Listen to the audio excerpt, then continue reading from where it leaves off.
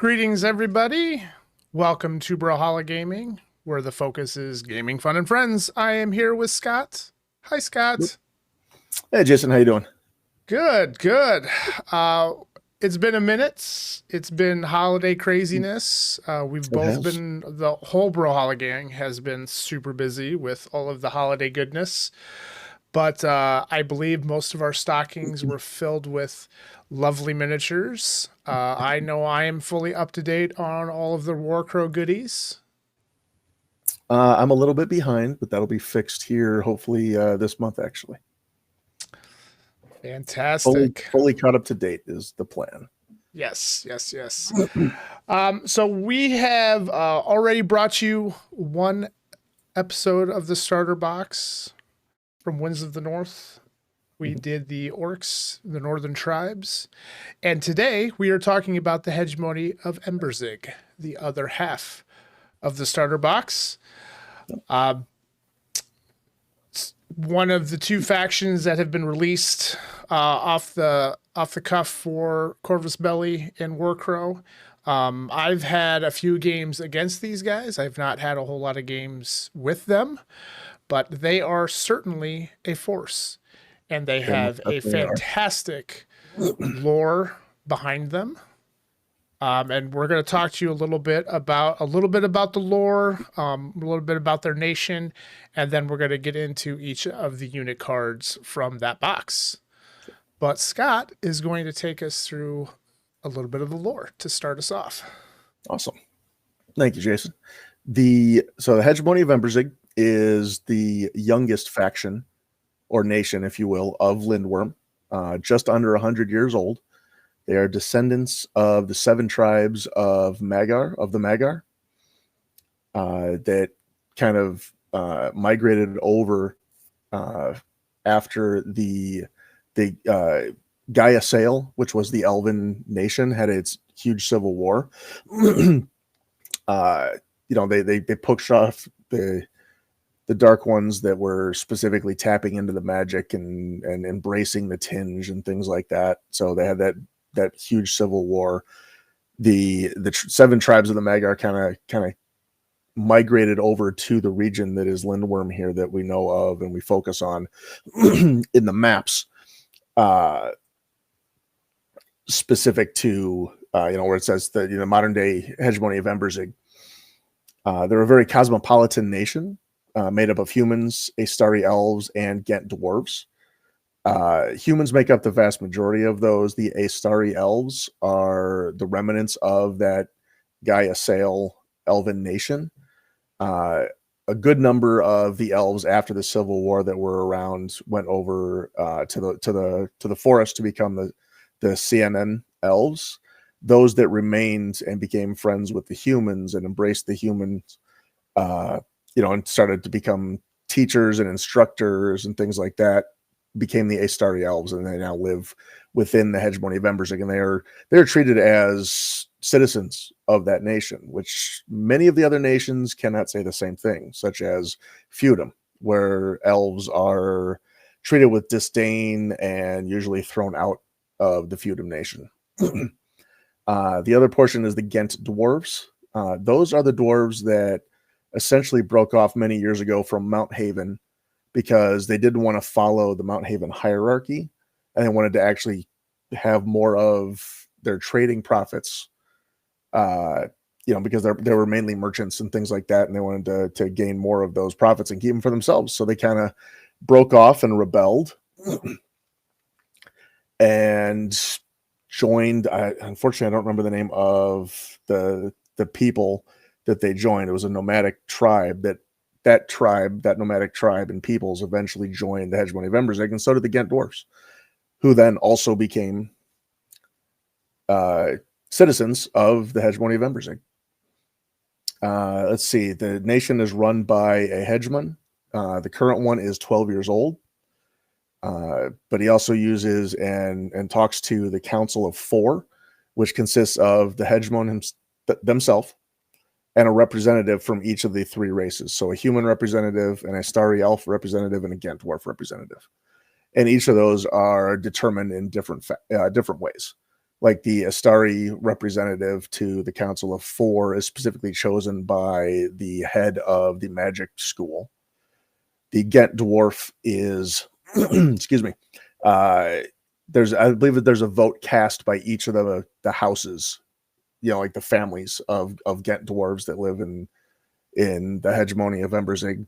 And the human one, unfortunately, I don't remember what it was specifically. I'll have to look it up. My apologies. But there's so each of the three are chosen in very different ways. I believe it's one of the nobles gets elected, if I remember correctly. The hegemony is not only the most cosmopolitan nation on Lindworm, it's also got the largest land area, as well as it's the richest. And it's also got quite a lot of culture because it's actually broken up into 8 different provinces. And each one of those are a former distinct nation on its own that had its own cultures, sometimes some of their own languages. There's different languages spoken all throughout. So the hegemony of Embersig truly is like that pinnacle of, cosmopolitan. We're everybody lives in harmony. Everybody gets to partake. Everybody is an equal to everybody else.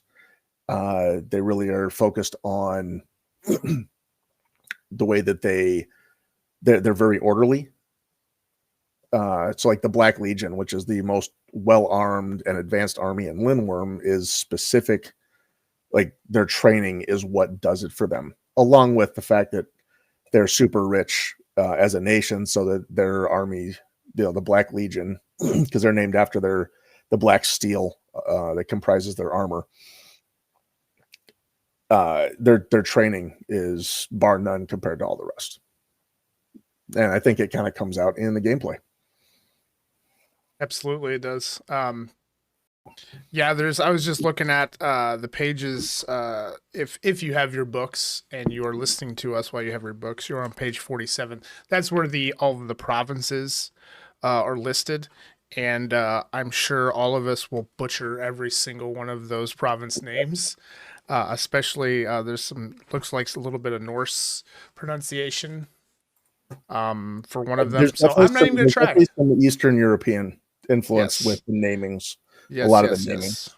So I'm not even going to try because I will butcher them, but it's very interesting. I personally have not finished this section of the fluff. I've read the Northern Tribes, but I've only read a little bit of the Hegemony. But you definitely get really the flavor of the box is you have your Northern Tribes, the Orcs. They're rough and tough, and then you've got the Hegemony, which you have this rich nation full of a melting pot of cultures. Um, and they have the money and they have the power, but that doesn't mean they necessarily have full control. Yep, Because exactly. there are a lot of forces that are going against them. So as much as they'd like to try to be the main, that doesn't necessarily mean that they are, because there's a lot of passionate nations out there that want a piece of Lindworm. Exactly. Like to kind of touch on some of those, feudum is very, very the relationship with feudum right now is very, very tense because one of the current provinces of the hegemony of Embersig used to be a territory of feudum, and it actually contains one of their religious cities, their sacred cities, because the tomb of like one of their original saints or kings, I can't remember which one it is actually in that city. So it's no longer under feudum control, it's now under hegemony of Embersig control because it's one of their Right. provinces. So Yep. that's obviously going to cause tension. Yeah. Mount Haven, there was a whole mountain range that came over to hegemony, so there's still some fighting going on there. Down to the south, you've got the great forest butting up against the hegemony. So you've got CNN elves, obviously in conflict because if they're encroaching into the forest, that causes a problem for them. Yeah, and that just popped up the map so we can kind of see what we're talking about here. So I'm guessing, and I haven't looked at this personally, but the Haven Court is their province, is Feudum's province. I'm guessing. Ravencourt is actually the city, the capital city. That's the capital city of Feudum. Okay. Is that where the hegemony province that they had taken over? Like, is that where that's at? Or do No, you know? it's just to the west of that. Just to the west of that. Okay. Yep. So if you look just to the left of where Haverincourt is and south of Mount Haven, that light yellow there, it's that province in there. Gotcha. And unfortunately, I'm drawing a blank on the name of it right now without having to thumb through the book. Fantastic. Yeah. Good stuff. As you can kind of see here, that the yellow of Hegemony of Embersig is definitely the largest land area and landmass for any of the nations in Lindworm. It's amazing how that is in history of, hey, the more land you have, the more prosperous you are as a nation, typically. And also the more enemies you usually end up making. The more enemies, you know. It's an age-old story that has been around forever. And it's the same fight. So why don't we create a fantasy world based on the same thing? Because that is a tried and true formula for chaos and interesting storytelling. That's for sure. It is. Yep, it is. And of course, the newest addition to the warring factions was the Northern Tribes that we talked about in our last video. If you look directly above where it says Mount Haven there, you can see that light blue where it says Knoll. That's where the Northern Tribes have come in. That whole light blue section directly above, it's Bruna, Yes. directly above that near Knoll, used to be hegemony territory. But because the Northern Tribes led by Albork and Alwart kind of took that over, now there's even more conflict. So more fun to be had on the tabletop to see which way all these nations end up. And more storytelling, more narratives, because as we know, this game is right now, that's the focus, is the narrative portion. And it's going to be exciting to see that unfold as the stories kind of unfold. Exactly. Yeah, that's a good point. It's going to be really interesting to see how these like boundaries change throughout the years. And you know, like when the game just launched, but I mean, if the Infinity Universe that Corvus Belli has created is any indication of how as a company, they like to move the narrative forward. This map will not look the same. This map will not look the same in 5 years. Totally agreed. Yep. Awesome. Let's talk. So we're going to talk about some units. Absolutely. So when you get the box, it really, obviously by design, you have your Killy faction, you have your hard hitters in the Northern Tribes, and then I would say that the Hegemony are your more defensive, take the hit type of encounter unit. So really you get a flavor for both aspects of the game in the box. I think it's a good choice. You have two great nations, and you have two totally different play styles that you can try. So you really get a good breadth of all the rules, a good portion of the rules and how they're going to work and how they're going to evolve, especially when the new stuff comes out. Hopefully Adepticon. We're hopefully going to get an announcement on a new faction by then. I believe that announcement should be coming sometime this month in January about what's going to be released at Adepticon in March. Fantastic. So we're going to get right into it. I personally have played more against these blokes than I have with them. I think I've played one game with them. I will say overall, as I was looking at the cards when I was putting this presentation together, we had a lot of keywords with the Northern Tribes. Once we get to it, there's only one unit in the starter box that actually has a keyword. Everything else doesn't really have anything in that top right, which I didn't realize until I really looked at it. And I thought that was very interesting. So really what you're getting is what you have on the card for the most part. So the first unit, we have our Black Legion Bucklermen. This is our base infantry unit, and they are some humans. Pretty basic stats. all around. They move at a 3/3. They have a charge of 9. The northern tribes, usually most of them have a charge of 10, so their charge range is not near as long. Each model is 2 wounds. They have a willpower of an orange dice, morale of 1, and you can take up to 3 of these units. Very common with the infantry units we've seen. I believe out of the starter box and most everything that we've gotten, they're the only thing you can take that is availability of 3. The bucklermen as well as the hunters, yes. So like the base infantry, just the correct. base infantry units. Yep. All As the we characters, go down there, yes. all the characters are availability 1. Yep. They're 20 points. And so their stat line, when you have a unit of 3 or more, your attack, you're hitting with a red dice and 3 orange. And then your hollow special is if you roll a hollow special, you're adding a block to your roll. And their defense on that side is 2 green and a black. And if you have a filled in special, you are adding a defense to your roll. Here is what sets them apart to me from other units. They have a conquest value of 2. Yes. So they're going to take a point most of the time. Yes. Provided, if you're going into the conquest value where you're contesting it, so you've got a unit from each faction near the objective, more times than not, as long as it's like a 1-to-1, 1 unit to 1 unit, the buckram are going to take it. Yep. Just to finish out the cart before we talk about this unit, if you are down 2, you are attacking with 2 orange dice, 2 yellow dice. The special is the same. Hollow special gets you a block, and then on your defense, you're rolling 2 blues, and a filled-in special, you are adding a block, and your conquest value goes down to 1. Yep.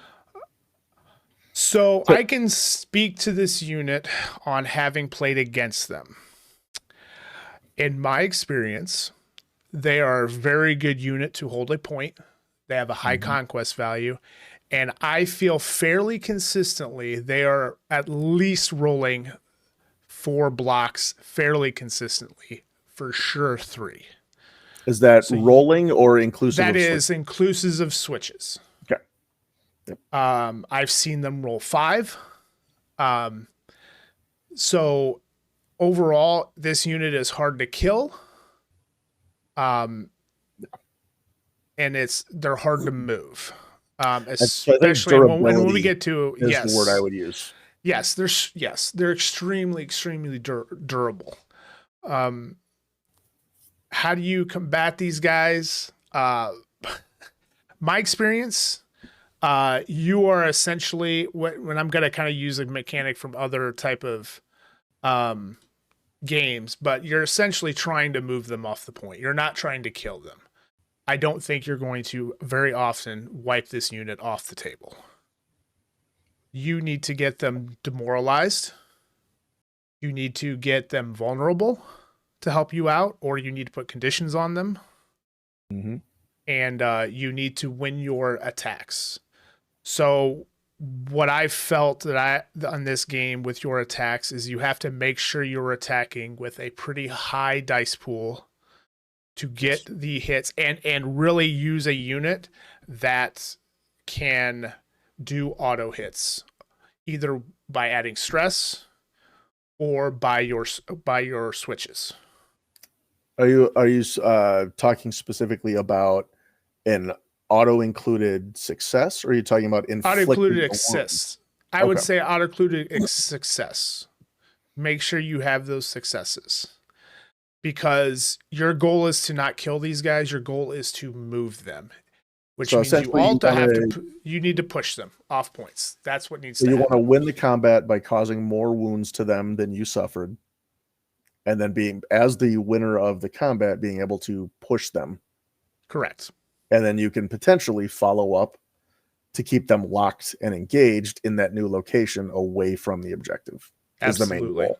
Yep. And I think that's where also terrain really plays in your plan. The more I've played, if you are playing the method of where you're setting a terrain piece, your opponent's setting a terrain piece, I think it's becoming apparent to me, and you can correct me because you played more games this, that setting the terrain up from a competitive standpoint is to help you not get pushed off of points. But that's also why I think the rule of make sure your terrain is outside of 5 strides from an objective is also important. Yes. There's a reason why they do that, and I think that is a very important reason to have. Yes. Because of the push mechanic and because of how hard it is to overtake some of these high conquest value units. Because Northern tribes would have to get 3 units with a conquest value of 1 just to take the point. Because even if you have it and they tie it, like unless you're pushing them, you're not relinquishing that point. Correct. Yeah. If it's a tie, whoever had the point maintains it. So yeah. Absolutely. So Bucklerman, they're gonna. I mean, they don't hit bad either, especially, and we'll get to attaching commanders and things like that. I've seen these guys with Drago, and it is ugly. That can be ugly. Absolutely ugly because Drago's having the also war surgeon can also be ugly, and having a war surgeon attached. I think we're going to see a state in the game where you're at least taking 2 of these base infantry units. I think that's on both sides of the board. I think that's at least going to be 2. I would not be shocked to see 3 consistently either, especially on the Bucklerman size. Depends on the new units that come out and stuff like that. But yeah, I could very easily see multiple. And I haven't played a lot of the new stuff yet, so like I can't say that there's something out there that just murders these guys. But I mean, if Alborg or Nord or any of those named characters aren't wiping them out, then I don't know that much else is going to. So really strong unit in my opinion. Very, very strong. Very good at controlling points and holding points. Agreed. Yep, totally agreed. What is our next card? All right, next card. All right, our base high command unit is the Let me just give a little bit of background here. A hetman is basically a commander, and he commands an entire company. So underneath the hetman, you've got several units of bucklermen, you've got artillery units, you've got the magic, you've got the engineering, you've got the cavalry. All of it rolls up to the hetman. So a hetman is just below general. So there's multiple hetmans, leading the companies. Sometimes there's an auxiliary as well attached to the army and to the company. And those are the less well-trained. They're more like the militia from each one of the provinces, things like that. So the hetman truly is just below. So he's probably like a colonel, if you want to think about like modern military naming conventions, in ranks, because he's below general, above, like say a lieutenant, things like that. So he commands an entire company.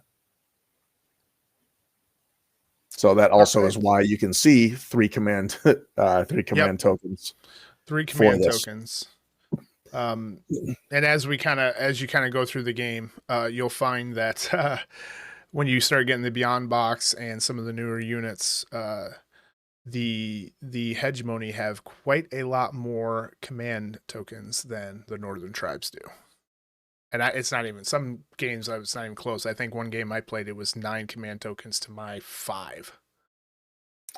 Yeah, that can happen. The offset to that is, before people start thinking that's super massive, there's several of the command abilities that you can only use like a maximum of 3 per game.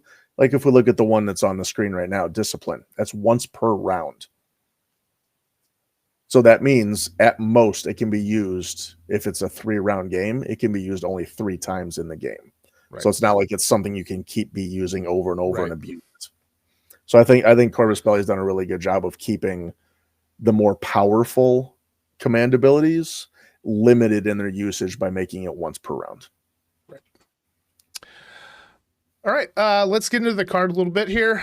He is 25 points, 3 command tokens. He moves at a 2/3 with a charge of 8. He is a 3 wound model. His willpower is 2 orange dice. His morale of 2 and availability of 1. He can join any infantry units. Right off the bat there, I look at the Hetman as we're looking at this as a defensive, so he's slower. His charge range is smaller.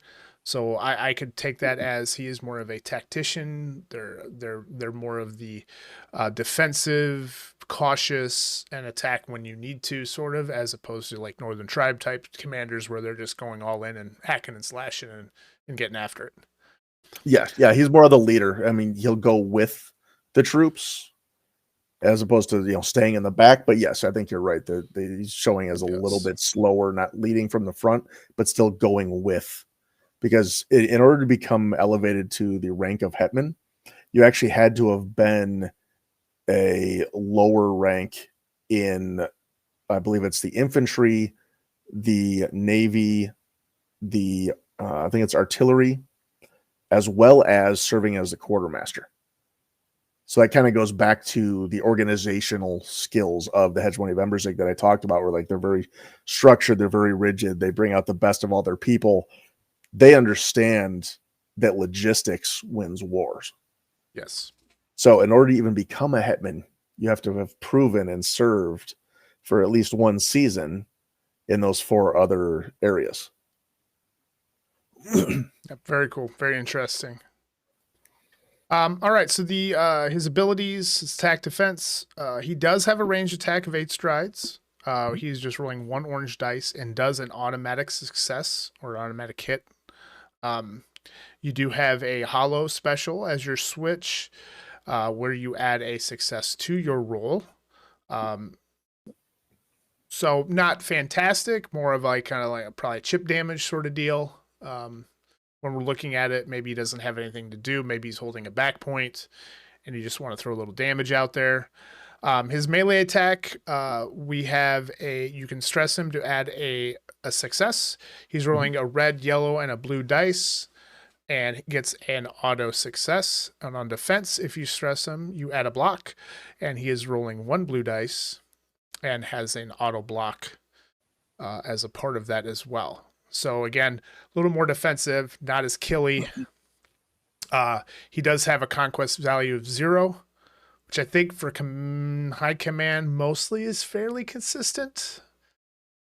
I'm fairly certain at least Alborg, and I think they're both Alborg and the Wrathman are also like that. Yeah. Yes. When they're solo by themselves. Yes. Yeah. You can spend a command point for discipline. So that rule states no line of sight. During your activation, once per round, reduce 1 stress from allied units within 20 strides. So we are rallying our units essentially. He's the rallying type of commander.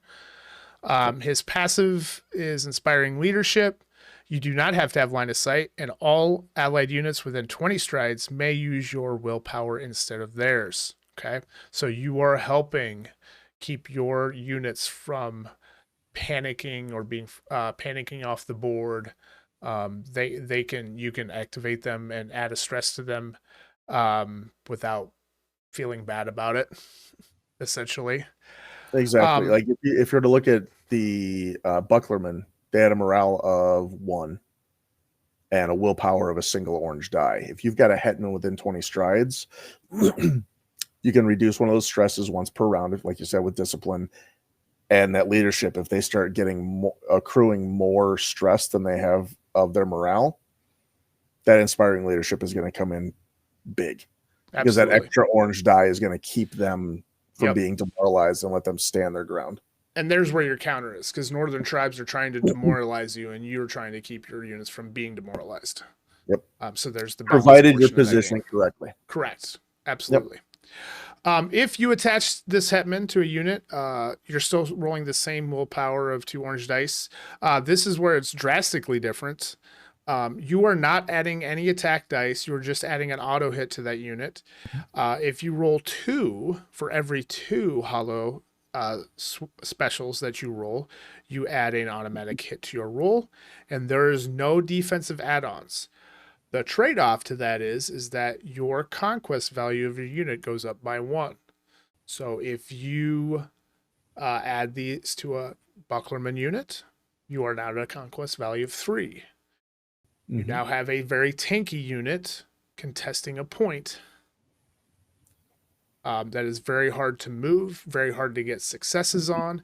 He's gotta have a little bit of a clapback on anything that attacks it, so you got to be careful of that, because that auto hit's coming, because not many, if none, of the northern tribes have any sort of defensive die roll on their attacks. Right. And the one from the one starter thing box, I'd at like- least, for sure. Correct. Yeah. And the one thing I'd like to add is, when you were mentioning the, if the hetman is joined to the unit of Bucklerman, if you look at the helmet icon up at the circle of the picture of the hetman, excuse me, that denotes that he is an officer. So when he joins a unit of infantry, he actually, 1, becomes the unit leader, and 2, he counts towards the total number of models in that unit when you're determining which of the 2 rows you're looking at. So if you do me a favor and flip back to the Bucklerman for a second, thank you. That top row of 3+, you attach a hetman. Your starting unit of 4 plus the hetman now means you're looking at a Bucklerman unit of 5. You can lose 2 standard Bucklerman and still be in that top row when the hetman is attached. So having an officer in units really does help maintain the full effectivity, and using that full strength row as long as possible. Yep.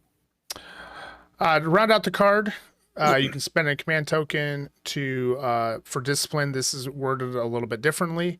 So once per round, if your unit is to suffer stress, ignore it. Pretty powerful. You are no longer you don't have a bubble, a reduced 1 stress bubble now. It's just the unit itself. But if it suffers stress, you just ignore it. Once per round. Once per round. Okay. So if they get hit a second time, then they'll start taking it. Correct.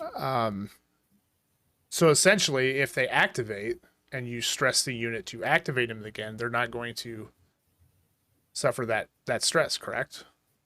Provided you spend the command token, yeah. Yes. Yep. Yep. Yep. So right there, I mean, you have a pretty powerful ability. And then the last passive is Steady Soldiers. Your unit may repeat their whip rolls. Again, that's pretty big, especially if you think about the fact, if you look at the willpower of the hetman on the lower half when they're joined, because that's an absolute value, it's going to replace the value on the card, as opposed to the plus, like you see the additive plus of the attack when they're joined. So now if you've got the hetman joined to the Bucklerman, their willpower is now 2 orange. If you fail it, cool. With him there, you can at least repeat it and try to stand your ground the second time. Yep. I mean, I think most of the time you're attaching this unit. I mean, unless I think early on, I mean, either that, unless you want to keep the bubble going. Unless you want to keep the bubble. Play style. It's play style. It's totally a play style thing. I mean, he's not going to go in and kill things. He's going to try to stay alive. 3 wound model with his defensive tech is probably pretty solid most of the time. But if you're going to high pool against him, he could die, I think, fairly within probably 2 turns, depending on how the rules play out. Yep, exactly. Definitely different than Drago, and we'll get to Drago in a little bit. But play styles, I'm attaching him. I think he's a good unit to attach. You're increasing your command value. You got to have a better whip roll. You got some defense, and you're going to have an auto hit against anything that attacks you. So all kind of, and potentially more than 1, which that makes a little bit of a deterrent to do the attack. Yep. And what you're attacking with. I mean, single units don't necessarily have a whole lot of health pool. I mean, if you attack with Nord, which I think he is a 4, I think he's a 4 wound model, and you get 2 successes, he's half his health pool right now. Like that's not where I want to be. No, it's not. And of So course, you got to be very, very the careful. reverse is true. If you do 2 to the hetman, can't take much more. Correct. Can only take 1 more. So yep. the that's fact your that base. it's all about play style, like the differences between the solo and the joined, is one of my favorite parts about the way they've designed Warcrow, is because even though, like, let's say you and I both play the same faction, we're both playing Hegemony of Embersig, you might be more inclined to join characters to units and I might not. It can be a totally different experience for our opponents because of that play style, which I think is just awesome, because it adds all of that variety and those different ways to play. Right. Even within I mean, the it's same really, faction. and that's really how like military is kind of organized anyway. All right. Is the commander going with this time? Is he not? You know, that sort of stuff. You know, very unique design that I've not seen in other games. Yes, absolutely. Absolutely. All right. Now we're off to the War Surgeon. I love this model. I mean, it definitely goes into some very historical, you know, the Plague Doctor look. The Plague Doctor look. It's very, very, very cool. And now we have a Plague Doctor on the table, which is great to have. All right, so he's a 15-point model. She is a 15-point model. I did not know that. Yes. Remind me what the scroll is again. Support. The scroll means they are support. Yeah. So good job. When this unit joins another unit, they will not add their model count to that number, and they also do not become the leader of that unit. So if you have four bucklermen and the war surgeon does not count when you determine which of the rows you're reading off of on the bucklerman card. Yep. So they can be taken, one extra piece of that. They can be taken as a casualty anytime you wish. If you're about to remove a model, you could pick a support model or a model from the unit. Gotcha. If it's an officer, the officer has to be the last casualty. Yes. So those are the other two differences. All right, this thing is moving at a 3/3 with a charge value of 8. 2-wound model. It's got a whip roll of an orange dice, morale 1. You can only take 1 of them. On the attack side, as you would expect, not really hitting like a truck, just 2 orange dice and defensive dice of 1 black dice, and has a conquest value of 0. Our skill. Star is a skill. I'm getting all of my terms down. Good job. I got to get ready for Adepticon if I'm going to teach people how to play this game. So he has a skill which can be spent as a short action. Mm-hmm. It is first aid. So you're targeting an allied unit within 5 strides. You're reduced by 1 the target's stress. You're going to roll black and orange. You may heal 1 wound from the target per each hit obtained. You may apply the switch. Red and orange. Yep. If I said that wrong, I apologize. If you get a filled in special, you reduce 1 the target's stress. Yep. So it's kind of worded funky, but so there was, I know in a lot of the early testing, there was questions about when it says reduce the target stress. Well, by how many? And most folks didn't want to go back to the book, and every time it says reduce, it's literally by 1. I wish it would have been reduce the target stress by 1. Yeah. That reads a little bit better. It probably translation. Yeah, probably. Spanish, English. We have a passive ability of science, not superstition. At the end of a round, during the no one gets left behind step, the allied units that are within 5 strides at any moment heal 1 wound, max once per unit. Yep. If you attach said war surgeon, you're not adding any attack stuff, you're not adding defensive stuff, you're not adding any conquest value, but your passives change. Your 1 passive is medic. When your unit is about to suffer any damage, roll your whip and ignore 1 wound for each success obtained. When your unit performs rest action, heal all of its wounds. Yes. And So the last real one, quick. and then we'll talk about these both. Okay. Poison vials. Your unit's attack rolls gain the switch. If you howl special, inflict 1 wound to your target. Awesome. Let's talk talk about about these. medic real quick. So one thing to keep in mind there is that when your unit performs the rest action, heal all its wounds. Currently, right now, there are only units that can be, because you can't join 2 characters together. It has to be a character to a regular unit. And you can only have 1 character max per every unit. Right now, we only have standard units with maximum of 2 wounds, non-officers. So that means when you're performing rest, at most you're healing 1 wound. Right. Because it doesn't mean you're going to heal back up to, hey, people are resurrected. So that's not going to come back. Just wounds. And that's very, very important. There are other game mechanics there are other games that do that. This one does not. So if your guy's dead, he's dead. Correct. Yep. Until we get a unit, maybe it's 3 wounds per model, which, well, northern tribes have, but yeah, but in Hegemony we haven't seen any yet. Correct. The extra piece to poison vials that I want to add here for a second, specifically in the lore, the war surgeons are very learned. They specifically use science, as we can see from the passive when they're running solo, science, not superstition, which is kind of like the juxtaposition to, say, northern tribes that would use more like a shaman to kind of heal, which is, more of the supernatural superstition type pieces. War surgeons are rooted in science. They study the body. They know how to heal, but that also means they know how to unheal or wound an enemy. That's why they come in with poison vials. They can help aid and help the bucklermen of knowing exactly how to stab and attack an enemy model or an enemy unit, because they know the weak points of the body, because they've studied the biology, they've studied the science. So I really like the way they've added that lore into a game. Very cool design. Very cool design.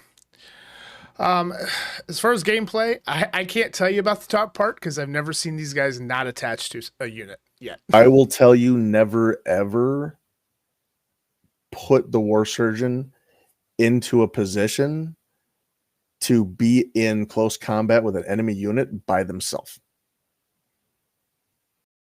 Because that top row, you're just going to be dead. Yes.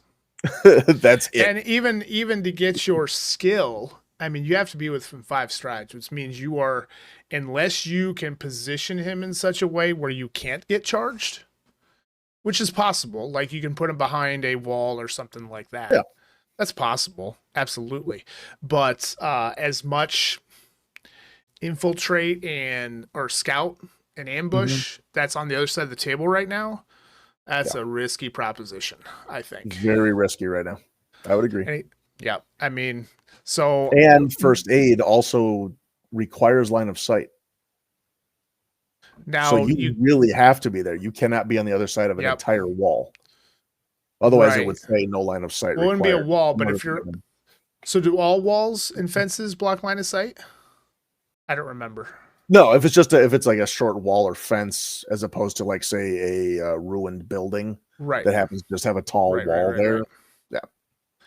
Again, play style. I haven't seen them outside. That doesn't mean people aren't going to do it. I'm sure somebody will find a way. Maybe you don't have a unit to attach to, and you need to round out another 15 points, and you would rather somebody else be attached to your units, which is possible. Very possible. Fully possible. And your war surgeons just kind of hang in the back, and you're maybe no model left behind to get him up the board to where he can get a position. Because those two are pretty good options. Like, that's a good skill. Science, not superstition, is really good. They're both really good if you can keep them alive. And I guess you look at it this way: if he's not attached and your opponent still has to deal with him, so do you really want to take a unit and use 1 turn to kill a 15-point model? That's not contesting a position. I don't know. Potentially gameplay choices. Yeah. So I don't think that's an auto include by any stretch. I just think that's kind of the way the boxes are and the lower point values we're playing with right now. It's kind of an auto include just based on where we're at in the game. I would agree. I've only played one 250 point game thus far, so who knows? Maybe you don't see these guys on the table ever. So right But now, for right now, in the he's an box auto clue. itself, medic, while it's attached to the bucklerman, really means those bucklermen are staying around. Correct. Yep. They are super, super hard. I mean, because medic happens, because it happens before damage is applied. Correct. So if you do 2 damage, you're going to keep somebody alive. Yep. So early versions, very powerful. Unless we get to a point where Northern Tribes, and I haven't fully read all the newer cards, maybe we have somebody like Tila that can target a character as opposed to the whole unit as a whole. But like Talia, yeah, Lady Talia. yeah, but we don't have that yet. But we'll I'm sure some other faction faction's going to have that eventually. All right, moving on to our next support character. We have our spellcaster, Frostfire Herald, 25 points. This character is moving at a 4/3 with a charge of 9. 2 wound model, high willpower, 3 orange dice. Is a morale 2, and you can only take 1. It is Astari. Did I say that right?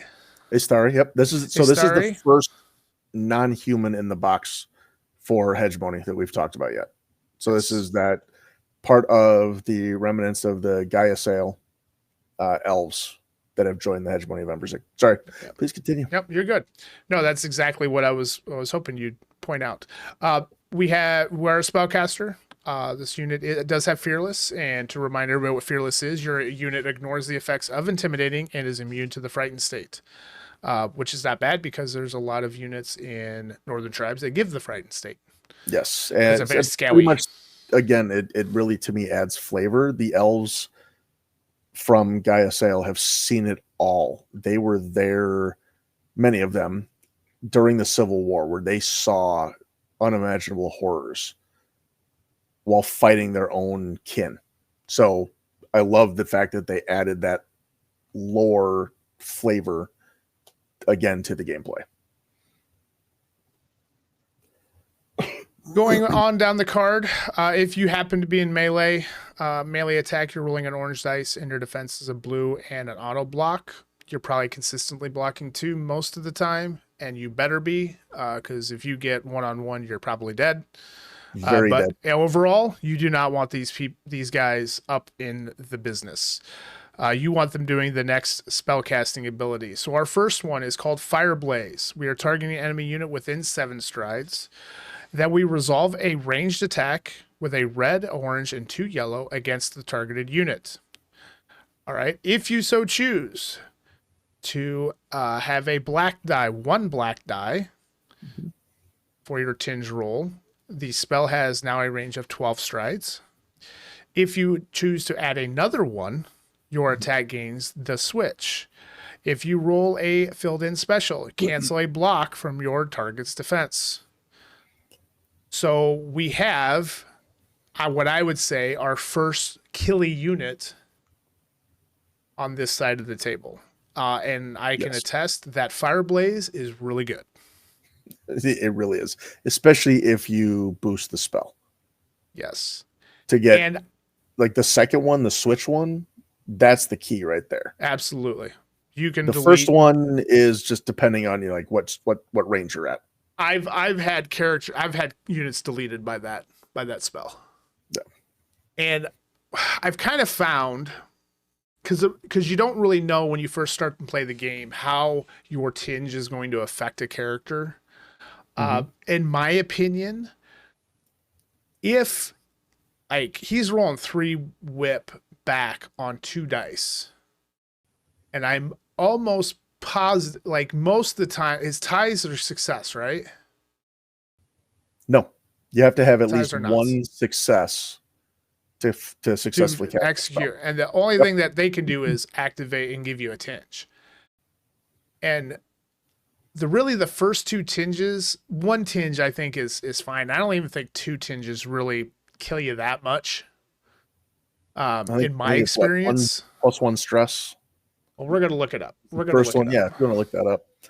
While you're Tinge. looking that up, what I'll talk about real quick is just kind of like a reminder that in order to cast a spell, you have to roll your willpower, but that will also be rolled up against as a face-to-face roll your tinge. So if you have any tinge on your spellcaster currently, that adds a black die to the opposing pool. Then if you add, you boost the spell. Excuse me, alter. That's the correct term. If you alter the spell here with either of you can do either of those, both of them, none of them. When it comes to casting the spell, those extra dice will go into that opposed pool as well. But keep in mind also your tinge roll has a maximum of 3 dice of any color. So if you have 2 tinge on you already, that's 2 black dice, and you want to do both of these alterations, the first one is another black die. The fourth one is now a blue die going up against your 3 orange willpower roll. And any block rolled in the tinge roll will counteract any success in your willpower roll. Once all those are canceled out, as long as you have at least 1 success, the spell will be cast. Otherwise, it's not cast. Plus, you have the ability to the possibility, of gaining more tinge. For every hollow block rolled in that tinge roll, you gain more tinge, 1 more tinge.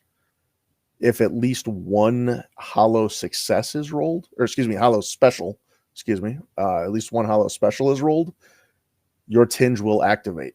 And the specific steps in which it happens is you will add any tinge based on hollow blocks, then activate the tinge. So there's a chance that if you're looking at 3 to 4, there's a chance you're going to get up to the big number, which means you explode and take out folks near you.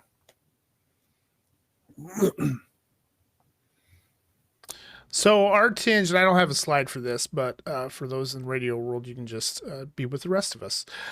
So if you have 1 tinge, the unit is stress. You're adding a stress, which isn't the end of the world because you're not stressing this unit unless you want to activate them again. Like there's no triggers on the card to add stress, do something. This one's kind of big, but I think you're passing this most of the time. All units within 5 strides of this unit must pass a whip test or receive the frightened state. I think in 1 game, I assume that's them as well. That Frostfire Hell. Those are just units. Does it say other units? It just says all units within 5 strides of this unit. It is within 5 strides of itself. If it said other allied units or other, okay. If it said other units, all other units within 5 strides, then I'd say it excludes the caster. Yeah, I could say that could be a little bit debatable. So maybe that's something we'll see in the FAQ. Hopefully that'll be FAQ. The third tinge, your unit receives 1 tinge token. So I assume. So does that mean when I get the third, then I get a 4th? No, it's so if you have it, the number of tinge you have matters 2 times. Once when you're creating a tinge roll, if you're trying to cast a spell, what your level of tinge is matters then. And if the tinge activates on a tinge roll by rolling a hollow special, what level you have then. So if you have 3 tinge on you, and you only activate if the tinge activates, will you add a 4th. Yep. Gain 1. Yep. And then we start getting all kinds of bad stuff. I believe they're all cumulative. Yeah, that would make sense. So if you have 3 and it activates, you gain an extra stress. All units within 5 strides have to test to not be frightened. And at the 3rd level, you gain an extra tinge. I don't believe it's take the highest level. So at least 1 take shot.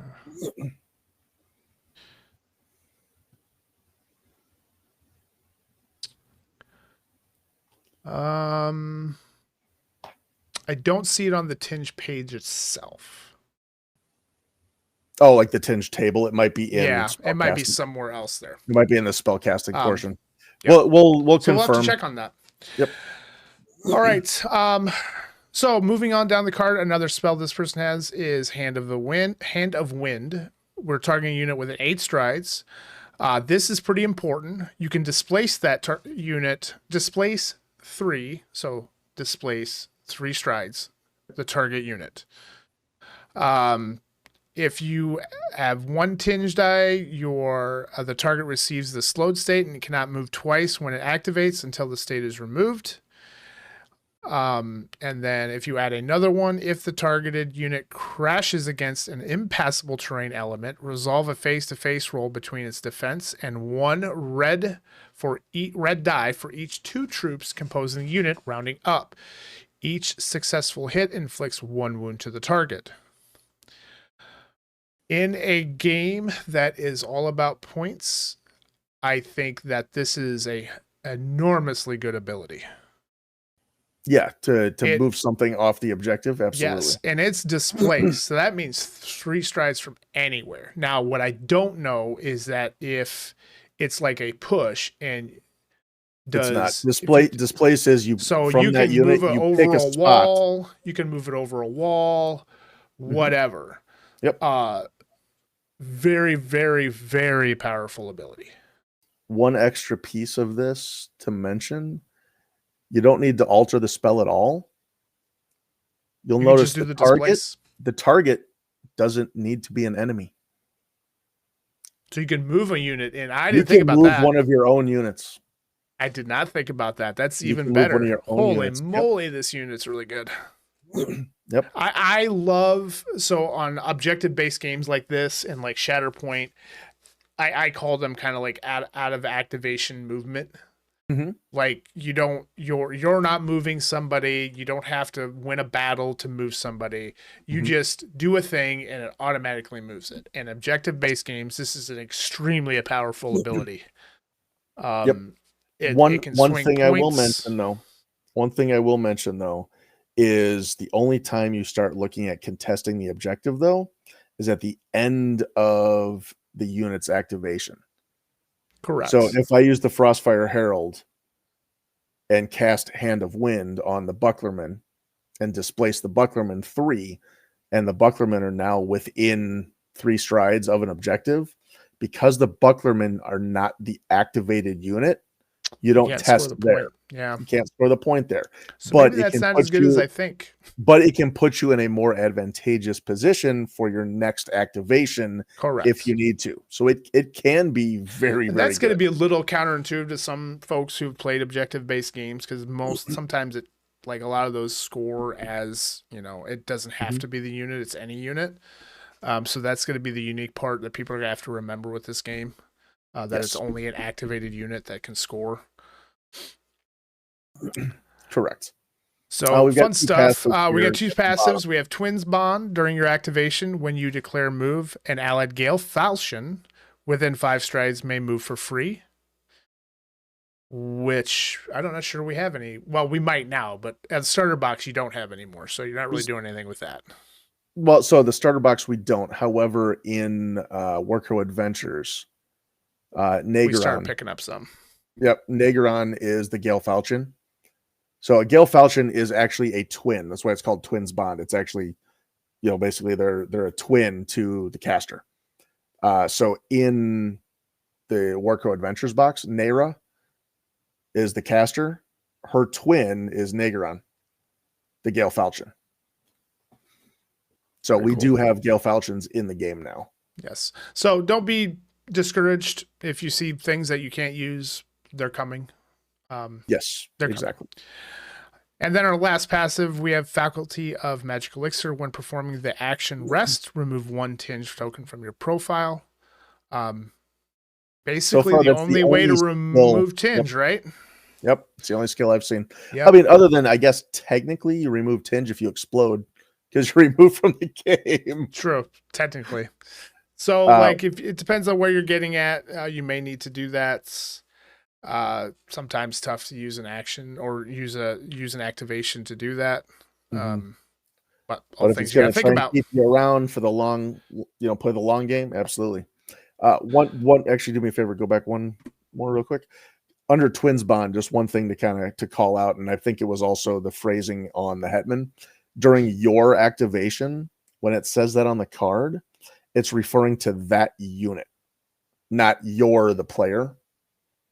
So Twins Bond only will activate when the Frostfire Herald is activating. Similarly with the Hetman, if you look at the solo discipline, where it says once during your activation, or during your activation once per round, that means in order to use discipline, the unjoined version up top, in order to use that, you have to spend an activation on the Hetman. You can't just do that at any point in time. Yep. So that your activation, that phrasing is specific to the card Right. that you're reading it from. So you got to read the cards. Got to read the cards, got to read the rule book. Yeah, all of the above. As Hoopu likes to say, reading the rules explains the rules. Very true. All right, here we go. Our last card. He's the big guy himself. He's Dragoslav Bjelorgrik. I got nothing. Yep, Bjelorgrik. Bjelorgrik. See, I'm just have to let you read this stuff. I'm very bad at figuring out pronunciation of very unique names. But I can't pronounce this. He's Drago the Anvil. Most people just call him Drago the Anvil. He's just Drago the Anvil. 40 points, brings 3 command tokens to the party. We're a move of 2/3 with a charge value of 8, 4 wound model, whip roll of 2 orange dice and a yellow dice, morale 3. He is available 1. He does have elite. I did miss the bloodlust, and we can talk about that, but he does have elite. So elite is once the dice have been rolled, rerolls included, and before advancing to the switches step, your unit may replace any hollow success with a filled-in success, and any hollow block with a regular block, and any hollow special with a filled-in special. Yes. He can join the Bucklermen or Bulwarks, and Bloodlust Varric. What is Bloodlust Varric? Bloodlust means that if you activate within range of a Varric, within charge range, you have to charge.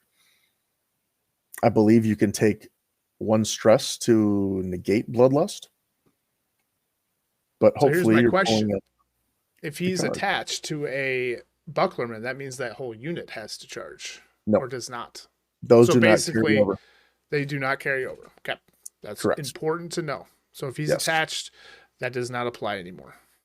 Correct. The keywords do not apply unless it's specifically called out lower in the card. Okay. So when he's attached, he doesn't get elite. If you look lower, if you look at Instructor Ensign, your unit acquires elite and bloodlust rank. So yes, it does, but only because it's called out at the bottom. Yes. So essentially, their unit does get bloodlust and Varric, and I'm pretty sure we've missed a lot of those whenever Drago's been on the table.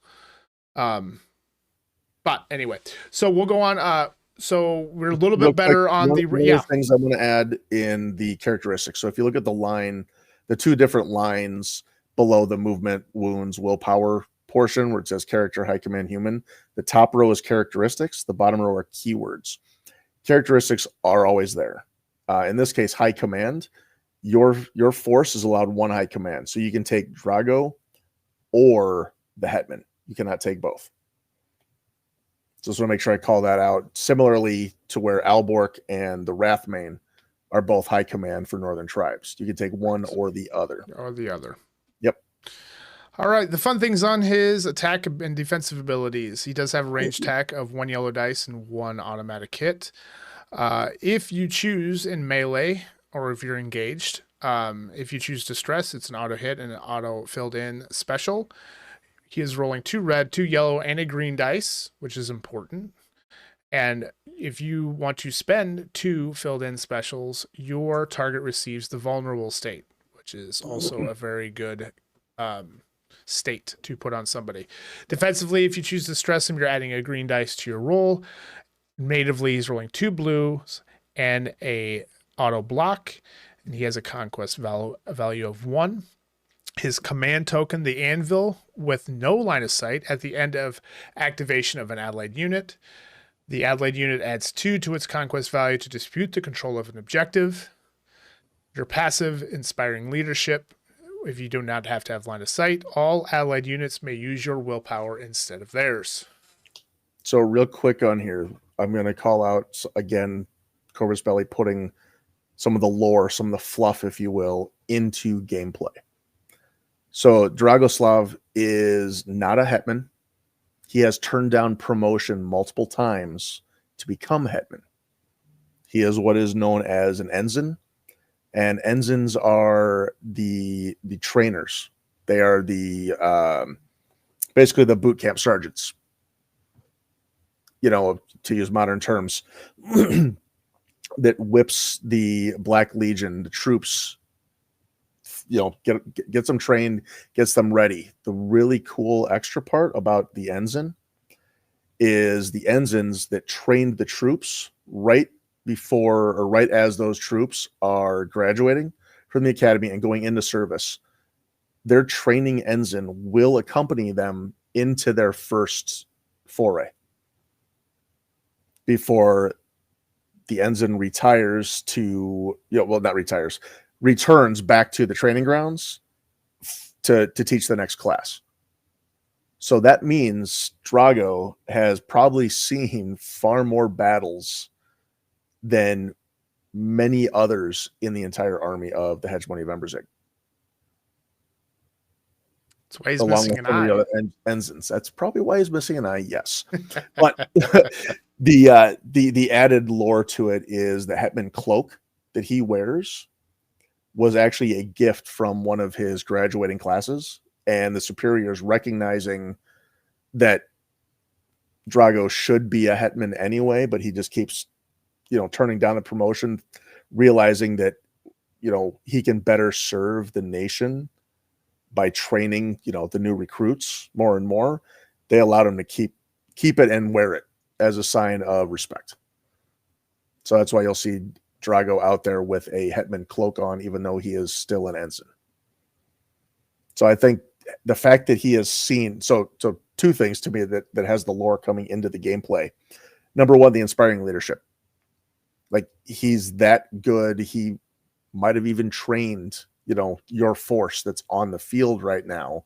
So they're used to following his command. They're inspired by the fact that he's there. Combined with the fact that because the ensigns do go out into the first campaign with their new graduates, that really, to me, shows in his stat line when he's solo. With the 2 red, 2 yellow, the green, which adds some defensive abilities to his attack roll. I mean, he's proving that he's a veteran of war with that stat line. So. It's very good. Just like you expect all of your high command characters to be. You'd hope. The reason why they're 40 points, double the cost.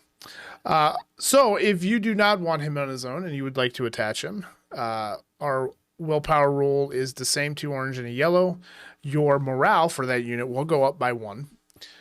He does bring a little extra attack to the table. He brings an auto hit, and then if you stress him, another auto hit, so you potentially do 2. If you're on the defensive side, you can stress him to add a green dice, and you have an auto block, and your conquest value goes up by 2. So if you attach him to a bucklerman, you are now at 4. Yeah, that makes them pretty much a move. Yep. Yeah. On the bottom side, you still have the anvil. It's exactly, it's worded a little bit differently. The only difference is an allied unit adds 2 to its conquest value to dispute the control of a target.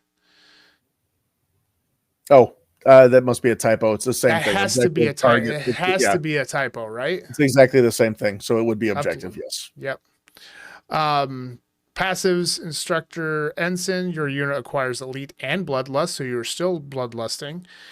And I want to bring up, so bloodlust specifically states, if your unit is not engaged in combat when activated, it is forced to charge an enemy unit indicated by X whenever possible X can be the name of a unit, a keyword or groups of them separated by the vertical line. Yep. If no X value is specified, this unit must charge the nearest enemy unit. So in this case, he has to do Varric. Yep. Can't charge anybody else. Okay. And you're still doing your rerolls just like always. Well, hold on. It doesn't mean he can only charge Varric, but if he activates and is unengaged and there is a Varric correct. within charge range, he's got to go after the Varric instead. Yes. I'm assuming this is me making an assumption. If there is something and you cannot in the way and you cannot charge, then I assume that means you cannot perform that charge. Yeah. You just ignore if it's invalid, correct. Like you can't get to him, then yes. Yeah. So you're not vaulting or you're not breaking through walls, essentially. Correct. And you'll notice it specifically says charge. It does not say assault, does it? Correct. So you're not moving around. You are like, I hate the Varric more than anything else in the world. We're killing them. So you have to have a straight line and line of sight in order to trigger bloodlust. Yes.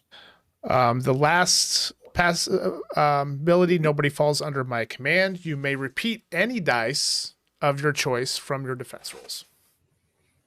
And that is huge because most of the abilities we've seen so far is repeat the roll, which means it's all or nothing. You're picking up all the dice and re-rolling, or you're not re-rolling any of them.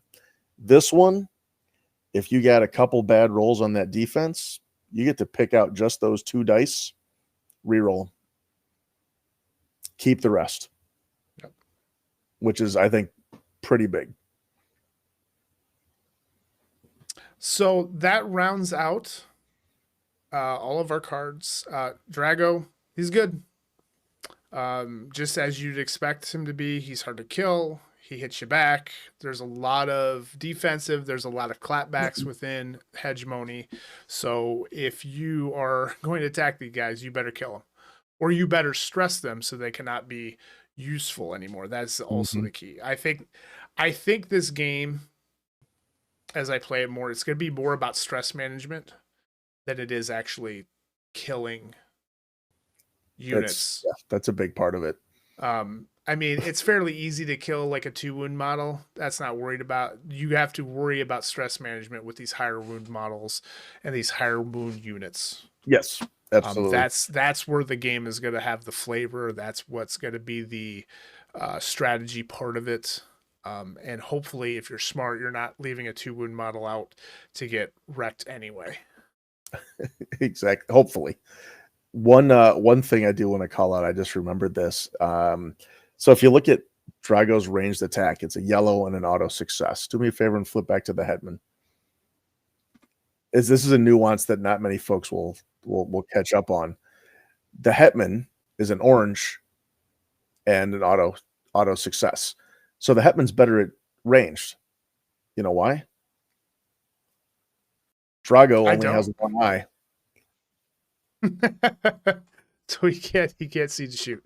It's harder to see and judge depth with a single eye. So it's literally they put that much of the lore and like those nuances into the gameplay. It's amazing. That's fair. It's amazing. Yeah. It's harder to use ranged attacks and judge distances if you only got one eye. I wouldn't know. I have 2 eyes, so I'm good. and I don't have glasses, so. Well, there you go. Consider yourself lucky. I consider myself lucky. So, overall, if you like defensive, if you like clapbacks, if you like playing the hold points game, the objective game, this is the faction as it sits right now for you. If that's your play style, definitely look for these guys. Absolutely. Awesome. We got a couple of shout outs coming up. We are in the month of January, so that means Adepticon signups are coming up on January 12th at noon Central Standard Time. We do have our first Warcrow games going on during Adepticon. And so, Scott, would you like to tell everybody kind of what is happening? Yeah, we've got a 16-player narrative event happening on the Saturday of Adepticon, which is June. I'm sorry, it is on the Friday. Sorry, the Friday of Adepticon, which is March 28th. Sorry, I gotta find a calendar. It's the Friday. It's the Friday of Adepticon. When you get your calendars out, it's the Friday of Adepticon. Checking right now. Yeah, March 28th. Friday, March 28th. So 16 players. Reason we've got it mainly just to the one event is because we have, as of right now, 2 factions out, with Hegemony of Embersig and Northern Tribes. Hopefully, very, very shortly between now and hopefully by sometime in February, the Scions of Yaldabaoth cards will be available so that those folks that have the Warcrow Adventures Kickstarter that has been delivered, hopefully they've got those will be available to be played as well. But we're looking forward to having a good narrative event for everybody for first time out at Adepticon. For Warcrow, we'll have a couple learn to play sessions for both Warcrow Adventures and the war game. Absolutely. Yep. And I'll be helping out with some of those demos for Warcrow, the war game. We'll see if I play enough of adventures to get there. But I feel pretty good that I can take you through some of the goodness of Warcrow, the war game itself. Really excited. Like, this is we've been looking forward to this for a couple of years now. Unfortunately, I am a Shatterpoint player, so I will not be taking part of the narrative. So I'll be playing in the duos tournament, assuming I get signed up correctly and all that good stuff. But yeah, it's coming. It's coming to Adepticon, and we're really excited to be doing it. So excited. All right, well, that's it for us today. Hope you enjoyed. And this is the full starter box that we've talked about, and keep an eye out for future episodes as we'll start diving into other units, and which means that I got to start playing more, so I can actually talk about it. All right, have a good one, everybody, and we will see you next time.